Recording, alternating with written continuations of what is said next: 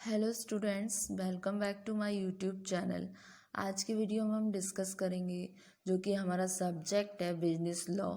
उसमें डिस्कस करेंगे एक न्यू कॉन्ट्रैक्ट को जो कि है इंडेमनीफाई कॉन्ट्रैक्ट। ठीक है, तो आज डिस्कस करेंगे contract of indemnify.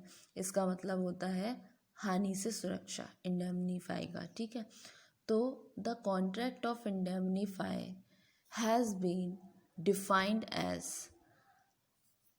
Contract of indemnify को डिफाइन किया जा सकता है a contract whereby one party promises to save the other from loss cause to him by the conduct of the promisor himself or by the conduct of any other person is called a contract of indemnify। इसका मतलब क्या है? ये एक contract है जिसमें एक party promise करती है बचाने के लिए दूसरी पार्टी को लॉस से जो उसके द्वारा किया गया है या किसी अदर पर्सन के द्वारा। वो कहलाता है आपका कॉन्ट्रैक्ट ऑफ इंडेमनीफाई। ठीक है, The term is often used in business contract and in insurance। ये टर्म जो है इस्तेमाल की जाती है बिजनेस कॉन्ट्रैक्ट में और इंश्योरेंस में। ठीक है, the person who promises to save the other is called the indemnitor और indemnifier। एक जो पर्सन प्रॉमिस करता है बचाने के लिए दूसरे को, उसको हम कहते हैं इंडेमनीटर या फिर इंडेमनीफायर। ठीक है, and the person who is compensated is the indemnity, और जिसके लिए ये सब किया जा रहा है वो कहलाता है आपका इंडेमनिटी या इंडेमनीफाइड या फिर आपका इंडेमनिटी होल्डर। ठीक है, फिर form of indemnity include cash payments, repairs, replacement. इसमें क्या होते हैं, कौन कौन सा रूप होता है इंडेमनिटी का, जिसमें आते हैं आपके कैश पेमेंट्स, रिपेयर्स और रिप्लेसमेंट। ठीक है, तो जहाँ पर ऐसे कॉन्ट्रैक्ट ऑफ इंडेमनी का क्या हो गया बी, ये क्या है, जो पर्सन प्रॉमिस करता है make good the loss is called the indemnifier, वो होता है आपका प्रॉमिसर। और जो पर्सन जिसका लॉस होता है वो कहलाता है आपका इंडेमनीफाइड और इंडेमनी होल्डर यानी कि प्रॉमिसी। ठीक है, फिर contract of indemnities should all satisfy the conditions of a valid contract. जो कॉन्ट्रैक्ट होता है इंडेमनिटीज का, उसको करना चाहिए सभी कंडीशन को सेटिस्फाई जो वैलिड कॉन्ट्रैक्ट में होती हैं। ठीक है, फिर नेक्स्ट आता है all contracts of insurance are contract of indemnity except life insurance. मतलब सभी तरीके के कॉन्ट्रैक्ट जो हैं इंश्योरेंस के होते हैं आपके इंडेमनिटी सिवाय लाइफ इंश्योरेंस के, क्योंकि लाइफ इंश्योरेंस में क्या होता है पूरे जीवन के लिए होती है। ठीक है, लेकिन हम इंडेमनीफाई से क्या समझते हैं, ये एक तरीके से हानि से सुरक्षा है। ये सिर्फ नुकसान से बचाने के लिए एक प्रोटेक्शन टाइप में है, लेकिन उसमें क्या है वो ऑल ओवर पूरा जीवन लाइफ की है। ठीक है, तो इससे रिलेटेड हम एक एग्जाम्पल देखते हैं।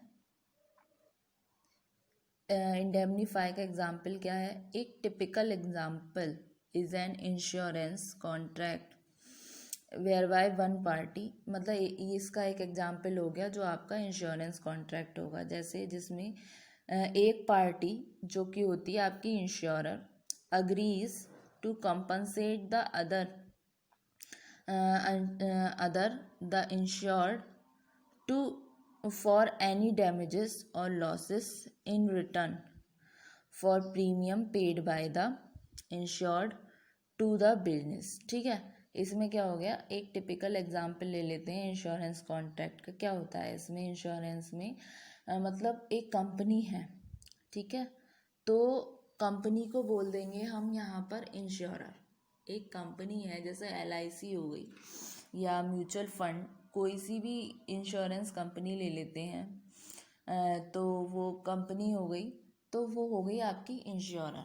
तो वो जो कस्टमर है यानी कि जो पॉलिसी होल्डर है जिसके लिए वो इंडेमनीफाई कर रही है यानी कि जो इंश्योर्ड है वो उसको प्रोटेक्शन दे रही है, उसको बोल रही है कि मैं अगर तुम्हारा इन फ्यूचर कभी एक्सीडेंट होता है रिगार्डिंग तुम्हारा खुद का या तुम्हारी किसी मोटर बाइक का, मतलब जैसे कि हम कोई वो खरीदते हैं, कोई नया वो खरीदते हैं वाहन, कोई व्हीकल खरीदते हैं तो उससे हमें इंश्योरेंस मिलता है। जब हम खरीदते हैं तो कोई न्यू व्हीकल उसके साथ हमें इंश्योरेंस मिलता है, तो इंश्योरेंस कंपनी क्या करती है, एक इंडेमनीफाई कॉन्ट्रैक्ट एक तरीके से बन रहा है जिसमें क्या होता है जो उसके जैसे कि एग्जाम्पल के लिए जैसे हम कोई पेमेंट प्रीमियम देते हैं, कुछ हमसे किश्तें लेती हैं इंस्टॉलमेंट में जिसको बोलते हैं प्रीमियम, हम प्रीमियम भरते हैं तो इन फ्यूचर कोई अगर कोई दिक्कत होती है तो उसको वो कॉम्पनसेट करती हैं, कोई भी जो डैमेजेस और लॉस होते हैं तो जो उसके बदले में देते हैं जो हम रिटर्न पे कर रहे हैं प्रीमियम के फॉर्म में, तो वो कहलाती है आपका कॉन्ट्रैक्ट बिटवीन इंश्योरर और इंश्योर्ड पर्सन, कहलाता है आपका इंडेमनीफाई। इसमें इंश्योर्ड कौन होते हैं, जो पॉलिसी होल्डर जिन पे पॉलिसी होती है, और इंश्योरेंस कंपनी यहाँ पर हुई आपकी इंश्योरर, जैसे आपकी Bajaj Allianz, Kotak Mahindra, HDFC bank. ठीक है, ये हुए एग्जाम्पल। अब हम डिस्कस करते हैं इसको आगे। फिर आते हैं हम राइट ऑफ इंडेमनिटी होल्डर पर। ठीक है, तो जितने भी डैमेजेस होते हैं आपके, ठीक है, जितने भी डैमेजेस होते हैं वो क्या कहते हैं, पे करते हैं सारे डैमेजेस को, cost which he may be compelled to pay. Rights जो होते हैं इंडेमनीफाई के वो होते हैं प्रोमिसर के इंडियन कॉन्ट्रैक्ट एक्ट के थ्रू कि ये साइलेंट है regarding the rights of indemnifier. मतलब राइट्स ऑफ इंडेमनिटी होल्डर में क्या है, सभी डैमेजेस की जो कॉस्ट है वो कंपेल्ड टू पे करने योग्य, लेकिन राइट ऑफ इंडेमनीफायर के रिगार्डिंग जो हमारा इंडेमनिटी कॉन्ट्रैक्ट है वो साइलेंट है। ठीक है, तो बेसिकली स्टूडेंट्स ये जो कॉन्ट्रैक्ट होता है आपका इंडेमनिटी का, वो कॉन्ट्रैक्ट एक तरीके से क्या कहते हैं होता है जहाँ पर वन पार्टी प्रॉमिस करती है दूसरी पार्टी को वो सेव करेगी दूसरी पार्टी को कोई भी जो loss cause to him by the conduct of the promisor himself हो रहे हैं या फिर by the conduct of any other person, वो कहलाती है आपकी कॉन्ट्रैक्ट ऑफ इंडेमनीफाई। ठीक है, तो जैसे एग्जाम्पल के लिए एक एग्जाम्पल लेते हैं, कॉन्ट्रैक्ट होगा इंडेमनीफाई के बी के अगेंस्ट, तो कॉन्सिक्वेंसेज हैं कि वो प्रोसीडिंग करेंगी जिसमें सी अगेंस्ट है बी के इन रिस्पेक्ट ऑफ अ कुछ अमाउंट, जैसे 200 रुपये हो गया, तो ये हो गया आपका कॉन्ट्रैक्ट ऑफ इंडेमनिटी। ठीक है, contract with the government to return to India from abroad after completing his study and serve the government for a fixed period.